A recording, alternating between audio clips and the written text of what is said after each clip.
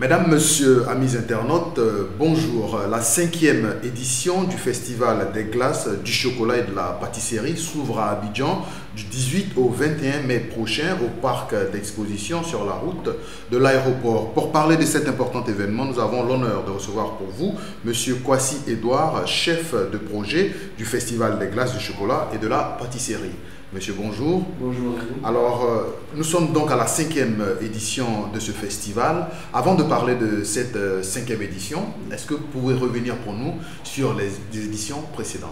Si on fait un bilan de notre parcours depuis cette première aventure de la première édition jusqu'à ce jour, on peut dire que le bilan il est encourageant, il est même positif. C'est ce qui nous encourage à continuer l'organisation de ce festival. Nous sommes soutenus par le public, c'est ça qui est notre force. Nous avons été vraiment agréablement surpris par les réactions de la population. Nous avons compris que la population a adhéré à notre projet et donc le public il est grandissant. Le public il nous accompagne de façon générale en grandissant chaque année. D'environ 3 000 ou 4 000 festivaliers au début, nous attendons déjà autour de 40 000 festivaliers. Donc vous voyez qu'il est satisfaisant. Pour cette édition 2018, pour la 5e édition, donc, le thème choisi, c'est la valorisation des céréales locales dans la pâtisserie. Pourquoi avoir choisi ce thème? Tout est parti du fait que nous-mêmes, à l'origine de la création du Festival des glaces et du chocolat et de la pâtisserie, nous avons voulu promouvoir les segments de métier de ces trois secteurs.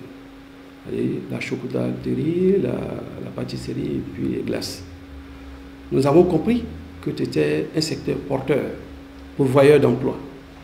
Et donc, nous avons commencé par faire la promotion des écoles de pâtisserie.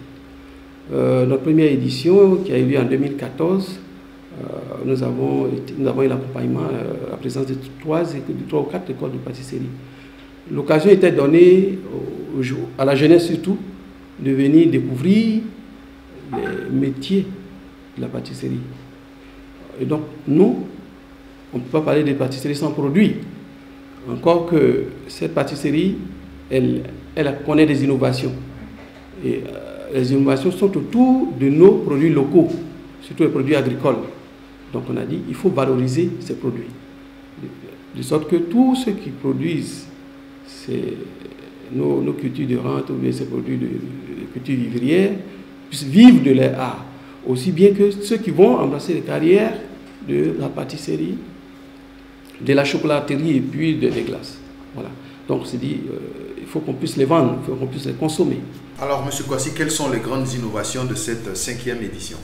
Bon, les innovations, il y en a 4 innovations majeures. La première innovation, c'est la mino-chocolaterie. La Côte d'Ivoire est le premier producteur de cacao dans le monde. Combien d'Ivoiriens connaissent le processus de fabrication du chocolat? Donc, la mini-chocolaterie est mise en place sur le site pour que les festivaliers viennent découvrir le processus de fabrication du chocolat à partir du cacaoyer, de la cabosse, la fève, avec toutes les étapes pour découvrir tout le processus de fabrication du chocolat. La deuxième innovation, c'est la journée de l'entrepreneuriat. C'est ça qui me permet de revenir sur le fait qu'il y a d'ordinaire 3 jours, mais cette année spécialement, nous avons 4 jours. La première journée, c'est-à-dire la journée du 18, est dédiée à l'entrepreneuriat et puis aux professionnels. De quoi s'agit-il? Il s'agit pour les professionnels de se rencontrer entre eux, échanger, voir comment ils peuvent faire affaire, parce qu'il y a des équipementiers qui seront sur le site. C'est l'occasion pour eux de présenter leur matériel. C'est l'occasion pour d'autres de présenter leurs produits qu'ils peuvent vendre à des partenaires. Et c'est l'occasion aussi aux festivaliers de se rapprocher de ces professionnels-là et de s'instruire des voies et moyens pour pouvoir eux-mêmes embrasser les carrières des métiers qui sont les segments de chocolat, et pâtisserie et des glaces. La troisième innovation, c'est les écoles de pâtisserie. Nous avons toujours eu à cœur de promouvoir ces écoles-là. C'est pour cela que nous avons donné une plateforme pour qu'elles viennent d'abord faire connaître leur filière de formation à la jeunesse qui a besoin de savoir quels sont les moyens qu'ils peuvent avoir à partir de ces écoles-là pour se former Et dans combien de temps? Avec quels moyens? Comme je le disais. Et à partir de cette formation, vous allez voir que la pâtisserie a deux voies, deux issues. Soit, après votre formation, vous faites l'auto-emploi, ou bien vous êtes employé par quelqu'un d'autre. Donc c'est l'occasion pour la jeunesse de venir s'inscrire auprès de ces écoles de pâtisserie. Mieux, avec ces écoles de pâtisserie, nous organisons une compétition entre elles pour faire vraiment valoriser ce qu'ils savent faire. Et au sortir de la compétition, il y aura des prix pour récompenser tous les participants. Le dernier point de l'innovation, c'est l'espace DOC. DOC, c'est découverte, originalité et puis création. Comme je l'ai dit, la pâtisserie, d'une manière générale, elle est moderne parce que c'est des produits importés qui sont utilisés dans la plupart des cas pour la consommation. Alors, nous avons compris qu'il y a nos Ivoiriens qui font des recherches et qui trouvent, et que ces recherches-là doivent être mises à la disposition de la population ivoirienne. Nous avons par exemple des gens, des professionnels qui utilisent la farine de manioc pour faire du mix avec celle du blé pour avoir du pain. Il y a aussi d'autres professionnels qui utilisent la farine de maïs pour faire d'autres variétés de pâtisserie, en alliage avec la chocolaterie. Donc, toute cette pâtisserie-là peut être faite à base de nos céréales locales. C'est l'occasion pour les festivaliers de venir découvrir tout ce que nos pâtissiers qui vont toujours glaner des lauriers à l'extérieur, tout ce qu'ils savent faire. Venez donc avec nous, vous allez découvrir ces innovations, vous allez découvrir le savoir-faire de nos pâtissiers, de nos chocolatiers. Venez fêter avec nous les glaces, le chocolat et la pâtisserie. Alors pour les enfants, pour les personnes âgées qui viendront sur le site, au-delà des glaces et des pâtisseries, qu'est-ce qu'on peut retrouver sur le site d'exposition? Oui, ce que les gens ont toujours pensé, c'est une erreur, que le festival était dédié aux jeunes. Non, ce n'est pas seulement la jeunesse, c'est tout le monde. On a un public hétéroclite. Il y a le père ou bien la mère ou bien les parents, et on va en famille, on peut même aller en famille, et puis pendant que les enfants se livrent à des jeux, comme les toboggans, jouer sur les toboggans, et puis se faire maquiller et tout, les parents peuvent se retrouver dans un espace qu'on appelle l'espace VIP. C'est un espace qui a été aménagé avec un peu de confort, avec la climatisation, avec une musique vraiment soft, avec des artistes de renom qui font du saxo, de la salsa et tout, pour que le parent qui accompagne ou bien qui est sur le site ne se sent pas dépaysé, ne s'ennuie pas. Donc voilà l'une des raisons pour lesquelles nous avons créé l'espace VIP. Donc tout le monde peut venir au festival. Les enfants ont leur espace dédié, les parents aussi ont leur espace dédié. Alors, des artistes sont également annoncés pour ce festival. Et avant de parler des artistes, justement, quels sont les grands pâtissiers qui sont attendus donc à ce rendez-vous? Bon, je n'ai pas envie de citer les noms pour ne pas faire de la publicité. Mais pour ceux qui ont pris l'habitude de venir avec nous, ils savent à peu près quels sont les pâtissiers de renom qui viennent avec nous. Mais sachez que depuis la première édition, ces pâtissiers de renom nous accompagnent. Et ça, c'est l'occasion pour nous. Comme on le dit souvent, peut-être vous êtes habitué à un pâtissier ou bien un glacier de renom. Mais à un moment donné, quand on les réunit sur une seule plateforme, vous avez l'occasion de découvrir d'autres pâtissiers, d'autres glaces, d'autres saveurs sucrées et salées. Donc, venez pour que tout le monde puisse profiter du Festival des glaces et chocolat. Et pour le volet artistique? Bon, comme toujours, on agrémente un peu le festival pour que ce ne soit pas que la consommation des glaces et du chocolat et de la pâtisserie. On est des artistes de renom. Du matin jusqu'au soir, on a toujours des artistes. Et il y a des têtes d'affiches qui viennent. Mieux, on a même un artiste de renom qui est venu de la France. C'est un féru des instruments de musique traditionnels. Il s'appelle Thomas Sidibé. Ceux qui seront sur le site auront l'occasion de le découvrir. Il joue du djembé, il parle le malinké, il parle le bambara. Il est féru de tout ce qui est africain. Donc il sera avec nous, il va vivre avec les enfants. Il a toute une panoplie de chansons, aussi bien pour les jeunes que pour les enfants, et même pour les adultes. Donc monsieur Thomas Sidibé est venu spécialement de France pour participer à Festiglas. Ce sera une occasion pour les festivaliers de découvrir dans ses chansons, dans ses prestations. En dehors donc, de nos festivaliers, nos artistes habituels, il sera avec nous. Alors, je rappelle que nous sommes avec M. Edouard Kouassi, chef de projet du Festival des glaces, du chocolat et de la pâtisserie.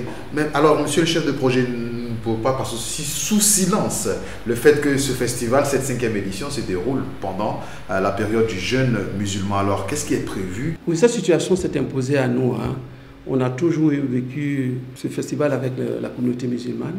Et donc, nous sommes restés sensibles à cette situation. Nous avons donc créé un espace pour la communauté musulmane. Nous appelons les nuits du Ramadan. Il y a un espace dédié pour la rupture du jeûne, à partir de 18h30. Nous avons aussi un espace pour les prières. Et mieux, après la rupture du jeûne, après la prière, on a des chantes qui vont prester pour les musulmans, la communauté musulmane et tous ceux qui sont fériés de musique musulmane qui seront sur le site. Donc, nous avons tenu compte d'eux, nous les prenons en compte. Et mieux, ceux qui vont se retrouver sur le site pendant la période de carême, ils ont aussi l'occasion de faire des achats sur ce site parce que tous les produits qui servent à le jeûne et tout ça, à la consommation, sont vendus sur le site. Voilà. Alors, on rappelle que la 5e édition du festival se déroulera au parc d'exposition sur la route de l'aéroport. Alors, quelles sont les dispositions prévues pour rallier les populations? Oui, bon, d'abord, ce que la population doit savoir, c'est que c'est le site qui est approprié aujourd'hui pour tous les salons de notoriété.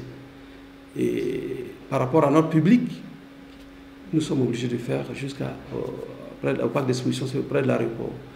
Et pour leur faciliter le déplacement, le ralliement des populations des festivaliers, nous avons, en accord avec un partenaire qui a une compagnie de transport, mis à leur disposition des cars climatisés qui vont rallier les 4 communes de la ville d'Abidjan au site. Si nous prenons la commune de Yopougon, à la place Figayo, il y aura un site pour pouvoir transporter tous les festivaliers qui veulent se rendre sur le site. Et après Yopougon, nous avons Adjamé au 220. Nous avons un car qui sera là, disponible pour tous nos festivaliers qui voudraient bien se rendre sur le site. Nous avons la commune d'Abobo, au rond-point, au niveau du rond-point de la mairie. Les festivaliers peuvent venir emprunter leur car là, et puis ils vont se rendre sur le site. À Cocody, nous avons la place Saint-Jean, qui est indiquée pour que tous les festivaliers qui quittent Cocody pour se rendre sur le site puissent vraiment effectuer des déplacements par rapport à ces cars confortables qui sont mis à leur disposition.